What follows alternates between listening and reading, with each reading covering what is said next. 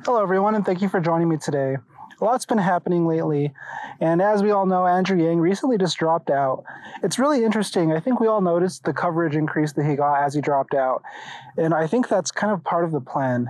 At this point, I realize that through the Democratic Party and the way they're treating him through the coverage and the debates, and just how they're basically pretending he doesn't exist, he's made a point to say that this is no longer the best path to spread the message of universal basic income anymore, which I completely agree with.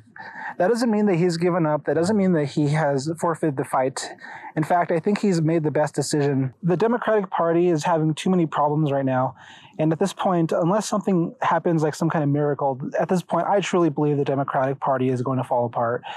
I really wonder how this is all going to play out in the end, but this is truly where I think it's going. Aside from that, it's really interesting. A lot of people are obviously calling him up to try to gain his support. But the one I really have my eye on right now, and I think there's a litmus test that goes with it, is Tulsi Gabbard. Is she serious about endorsing a universal basic income?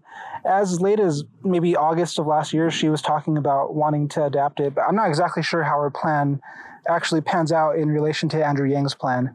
Now, if she claims that she'll let Andrew Yang handle this part of the legislation and write out the bill and whatnot, then maybe that would be a course that Andrew can take. Of course, now the question then becomes is how will Tulsi Gabbard gain her grounds? And I think that at this point she is not too viable, although the good argument is only 2 states have voted out of all the many states that are still to come.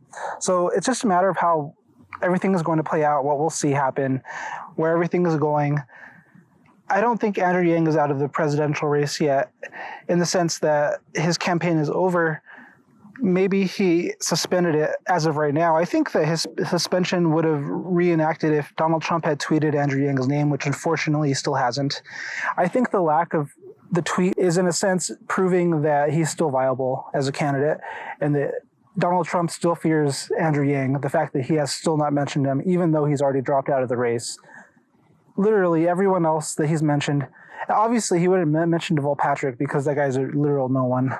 So there's no need to even tweet about that guy. Could there be a Tulsi Gabbard, Andrew Yang alliance? Again, I think it really depends.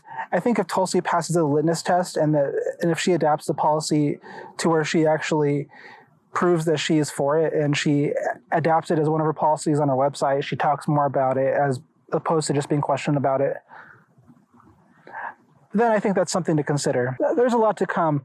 If anything, universal basic income is just starting to take off. Some people are saying Yang 2024, but I don't think that's the right idea. I don't think that's the right path forward. 2024, believe it or not, is too late. As I was watching a few other people state, in fact, it's too late already. It might very well be too late already, but implementing universal basic income, especially in the next few years, is our best shot at it, at us progressing and it not being too late for humanity. We will see.